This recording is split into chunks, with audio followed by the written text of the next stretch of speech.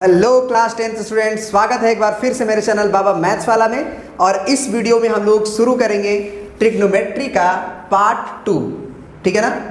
क्योंकि इसके पिछले वीडियो में हम लोग ट्रिग्नोमेट्री का पार्ट 1 कर चुके थे और उस वीडियो में पूरी तरह से हम लोग बेसिक जो ट्रिग्नोमेट्री की थी उसे हम लोग कंप्लीट कर चुके थे।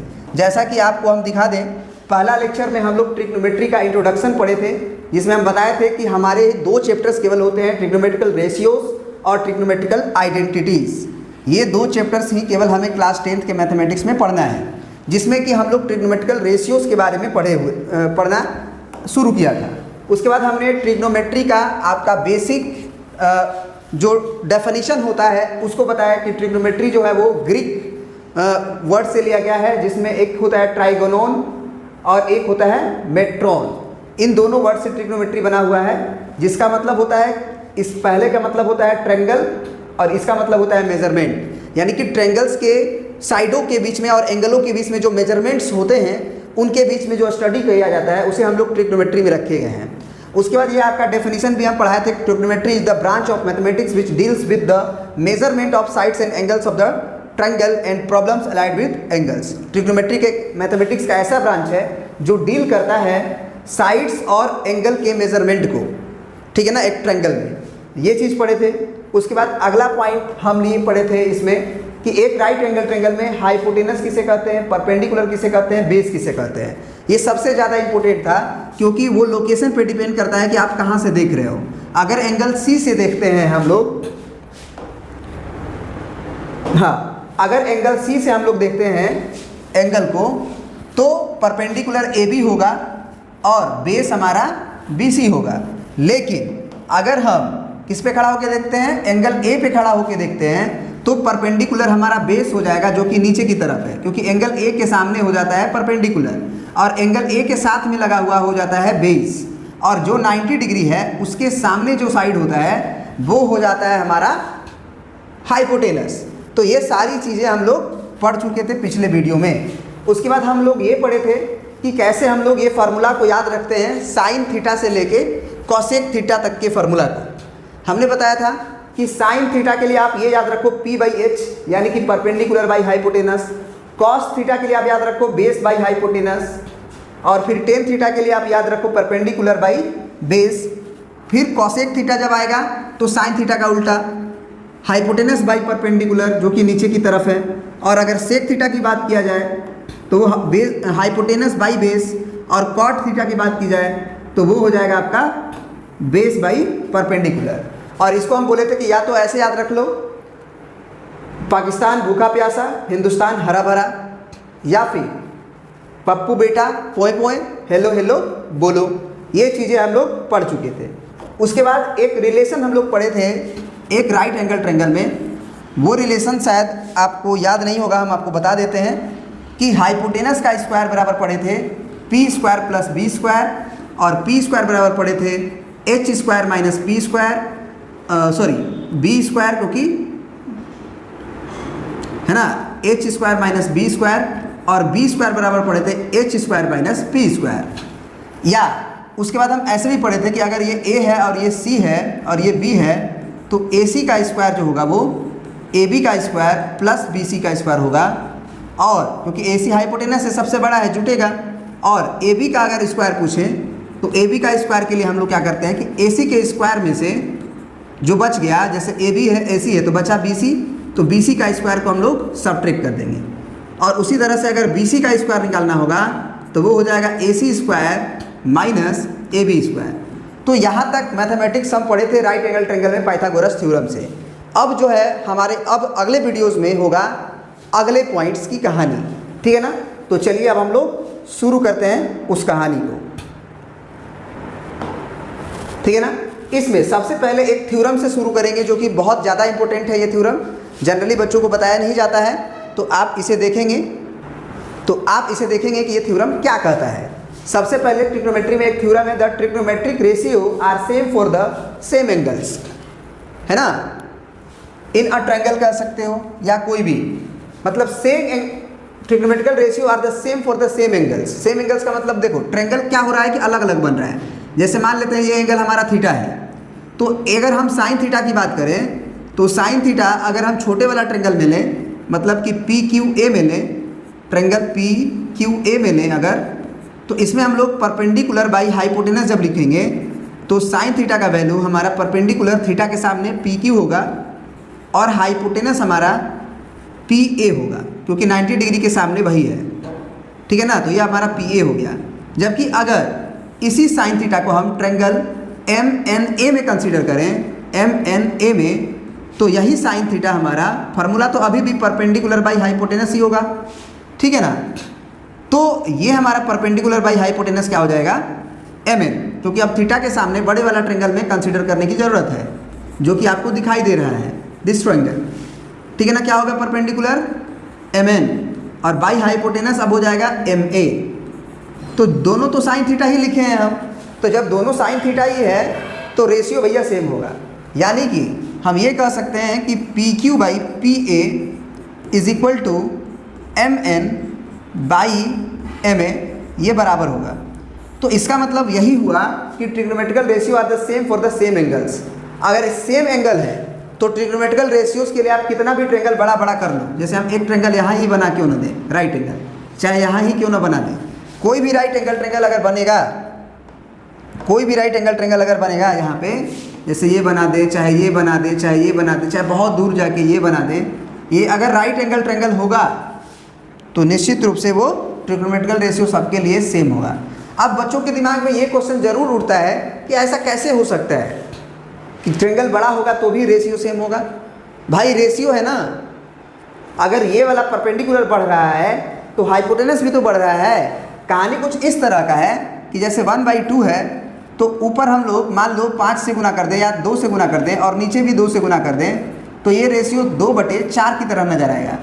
क्या वो अलग है? अगर हम इसको काटना चाहें 2 एकम 2, 2 दूना 4 तो आ जाएगा वापस, यानी कि 1/2 बराबर 2/4 लिखा जा सकता है। उसी तरह से अगर हम 1 में 3 का गुना कर दें और इसमें भी 3 का गुना कर दें तो ये 3/6 हो जाएगा। फिर 3 में हम 3 का गुना कर दें तो 3 तिया 9 और इसमें भी 3 का गुना कर दें तो 6 तिया 18, तो 9 एकम 9, 9 दूना 18। मतलब ये हुआ कि परपेंडिकुलर अगर बढ़ रहा है तो हाइपोटेनस भी उसी रेशियो में बढ़ रहा है, जिसके चलते रेशियो मैनेज रह रहा है ना। दो साइड्स का रेशियो जिसके चलते क्या हो रहा है, बैलेंस रह रहा है। इस बात को ध्यान देना जरूरी है। तो कभी भी जैसे मान लो ये थ्योरम तो आप समझ में आ गया होगा, इस तरह से भी एक प्रूफ होता है और दूसरा तरीका एक प्रूफ करने का आपका होता है, वो चीज़ हम आपको समझा देते हैं कि ट्रायंगल सिमिलर होते हैं। ट्रायंगल क्या होते हैं, सिमिलर होते हैं। जैसे मान लो कि ये ट्रायंगल ए है, बी है, सी है, इसको मान लो हम पी क्यू मान लिए, इसी दो ट्रायंगल में प्रूफ करना है, तो हम कहेंगे कि ये तो राइट एंगल है, ये भी राइट एंगल है, तो हम ये कहते हैं कि triangle A B C is similar to triangle A Q P. ये अगर ट्रायंगल चैप्टर आप पढ़ते हो, आपके ही सिलेबस में है, तो उसमें ट्रायंगल चैप्टर में सिमिलर ट्रायंगल के बारे में पढ़ाया जाता है। उस समय बताया जाता है कि दो ट्रायंगल सिमिलर कैसे होते हैं। इसका एंगल ए दोनों में कॉमन है, पहले तो एंगल ए बराबर एंगल ए। उसी तरह से एंगल बी बराबर अगर हम पूछें तो एंगल क्यू बराबर 90 डिग्री होगा। तो एक एंगल ए बड़े वाले ट्रायंगल चाहे छोटे वाले ट्रायंगल में बराबर था, फिर छोटे वाले ट्रायंगल में एंगल बी और बड़े वाले ट्रायंगल में एंगल क्यू 90 डिग्री के बराबर था। तो by angle angle similarity, by angle angle similarity दोनों ट्रायंगल सिमिलर हो जाते हैं। और जैसे ही ट्रायंगल सिमिलर होता है, एक बात हमेशा याद रखना कि उनके कॉरस्पॉन्डिंग साइड्स के रेशियो बराबर हो जाते हैं। यही है हमारा सिमिलैरिटी का थ्योरम। तो ए बी का अगर रेशियो लिया जाएगा तो वो लिया जाएगा ए क्यू के साथ। फिर अगर बी सी का रेशियो लियोगे, पहला छोड़ के दूसरा तीसरा, तो इधर भी पहला छोड़ के दूसरा तीसरा लोगे, यानी कि क्यू पी लेंगे। और अगर बीच वाला छोड़े ए सी अगर लेते हैं तो वो रेशियो हमारा ए पी के बराबर होगा। तो ये एक सिमिलर ट्रायंगल में होता है। तो अब अगर गौर से देखा जाए तो साइन थीटा एक्चुअल में हमारा क्या है, साइन थीटा हमारा परपेंडिकुलर बाई हाइपोटेनस होता है। तो साइन थीटा अगर हम किस ट्रायंगल में बात करें, ट्रायंगल ए बी सी में बात करें, तो ए बी सी में हमारा क्या हो जाएगा, परपेंडिकुलर, तो बी सी हो जाएगा, क्योंकि थीटा के सामने बी सी ही परपेंडिकुलर नजर आ रहा है। और हाइपोटेनस कौन होगा, तो 90 डिग्री के सामने, यानी कि ए सी, तो ये हमारा ए सी हो गया। लेकिन यही साइन थीटा अगर हम किस ट्रायंगल में बात करें, तो ट्रायंगल पी क्यू ए में, पी क्यू ए में बात करें, तो इस थीटा के सामने परपेंडिकुलर पी क्यू होगा और हाइपोटेनस नीचे होता है एच, तो हमारा हो जाएगा ए पी। तो अब ध्यान से देखिए, यहाँ पे एक्चुअली हमने ABC मिटा दिया है क्या, ABC और AQP, ABC और AQP ठीक तो है, कोई दिक्कत नहीं है। अब यहाँ पे देखिए PQ/AP। अब जरा देखिए क्या दोनों का RHS बराबर है, यहाँ से इससे हम लोग RHS बराबर कर सकते हैं क्या, तो इसमें हमारा है BC/AC, BC/AC। तो देखते हैं जरा। अच्छा एक और बात यहाँ पे समझने वाली बात है कि ये सिमिलर भी है और साथ ही साथ हम लोग और भी क्या कर सकते हैं, AQP सही तो है, तो AQ अगर AB का रेशियो हम किसके साथ लेंगे, AQ के साथ, BC का रेशियो QP के साथ, AC का रेशियो AP के साथ। तो अब यहाँ पे क्या ये बराबर आ रहा है या नहीं आ रहा है, इसको भी ज़रा देखना पड़ेगा।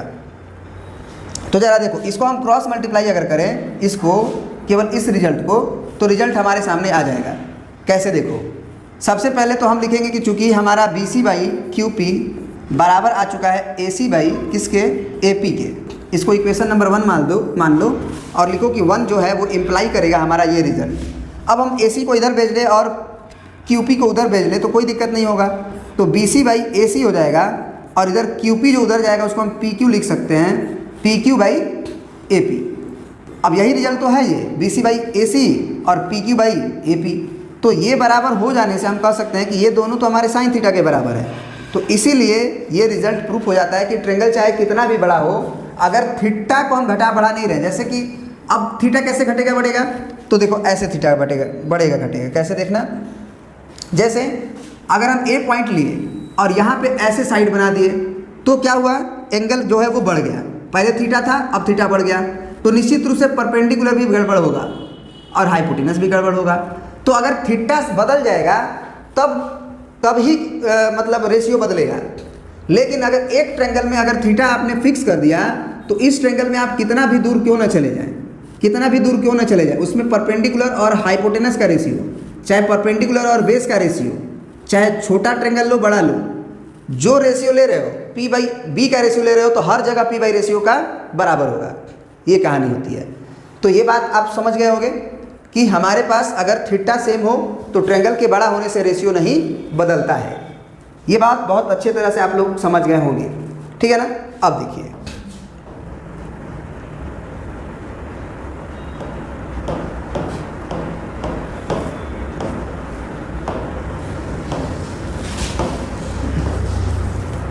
अब यहाँ पे हम लोग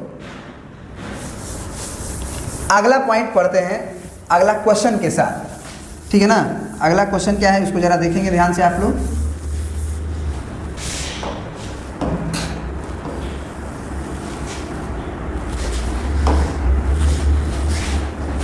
ये थ्योरम होने के बाद अब हम लोग एक बात तो समझ गए होंगे कि जैसे क्वेश्चन के साथ ही जब करेंगे तो आपको समझ में आएगा।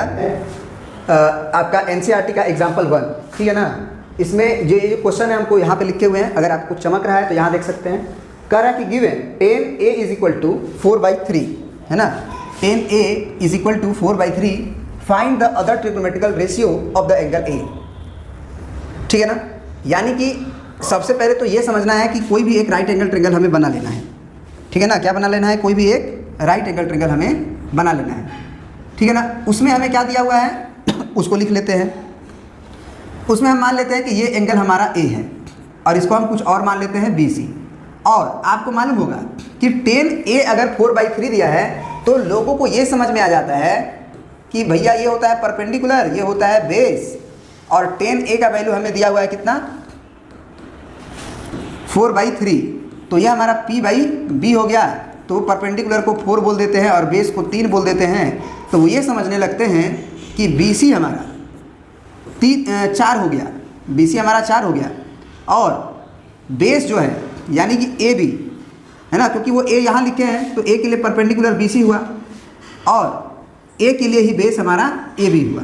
तो AB को समझ लेते हैं 3, जो कि गलत है भाई। ये रेशियो दिया है, अभी हम लोग एक थ्योरम प्रूफ किए थे कि ये रेशियो है, और रेशियो जो होती है वो एक्चुअल हो भी सकती है और एक्चुअल नहीं भी हो सकती है। कैसे भैया, ये रेशियो है तो ये 4/3 है, तो क्या हम इसको 40/30 नहीं लिख सकते हैं, तब भी रेशियो 4/3 ही रहेगा, क्योंकि हम 10 से 10 काट देंगे। या कोई लड़का अगर ऊपर 3 से गुना कर दे और नीचे भी 3 से गुना कर दे, 4/3 था तो उसका रेशियो 12/3 या 9 नजर आएगा। तो इसका मतलब क्या ये हो गया कि अब BC की लंबाई हमारा 12 हो गया, सॉरी, क्या अब हमारा ये जो BC की लंबाई है यानी कि परपेंडिकुलर और बेस की लंबाई यानी कि AB, क्या अब BC 12 हो गया और AB 9 हो गया? मतलब ट्रायंगल क्या बढ़ रहा है घट रहा है? ऐसा तो नहीं है, ट्रायंगल तो फिक्स है। तो अगर एक ट्रायंगल फिक्स है तो ये रेशियो जो होता है वो एक्चुअल नहीं होगा। तो उस समय कैसे हम लोग अपने लंबाई BC को माने और अपने लंबाई AB को माने, इसको मानने का क्या तरीका होता है ये समझ लीजिएगा। और ये समझ लीजिएगा कि हमेशा ये जो 10A रेशियो दिया रहता है वो एक्चुअल नहीं होता है। This is not a actual value of the length, this is the correspondence ratio of the length, है ना, यानी कि काट कूट के दिया गया है, छोटा रूप दिया गया है। तो इस चीज को समझना है आपको। तो इसका मतलब अब इसको कैसे बनाएं, इसको समझिए। जैसे कि ये एक 90 डिग्री का एंगल है, इसमें हम इसको A मान लिए, इसको B मान लिए, इसको C मान लिए। तो 10A अगर 4/3 दिया है तो आप इसे मान लीजिएगा 4K/3K।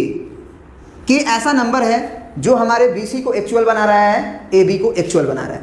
हाँ, अब जो है आप ये कह सकते हैं कि ये भैया हमारा परपेंडिकुलर होता है, ये हमारा बेस होता है। तो अब हम ये कह सकते हैं कि ये किस रेशियो के बराबर है हमारा?